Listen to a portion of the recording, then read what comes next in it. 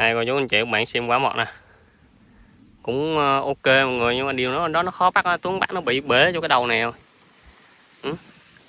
Ong thì nó đang rút ra phấn ra bớt mọi người nè. Này chắc tầm 2-3 bữa nữa thì nó vuông mật lại đều á. Mọi người thấy không? Ở dưới cái chân là nó vuông mật, còn chính giữa là phấn. Đó.